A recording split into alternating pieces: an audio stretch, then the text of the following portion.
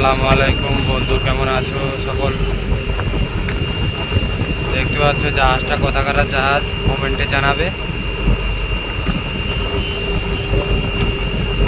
ভিডিওটা ভালো লাগলে লাইক এটি কমেন্ট করবে।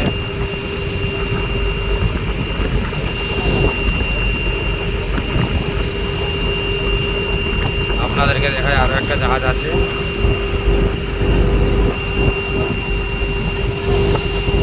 দেখতে পাচ্ছ অনেক দূরে আছে জাহাজটা, দেখতে পাচ্ছ।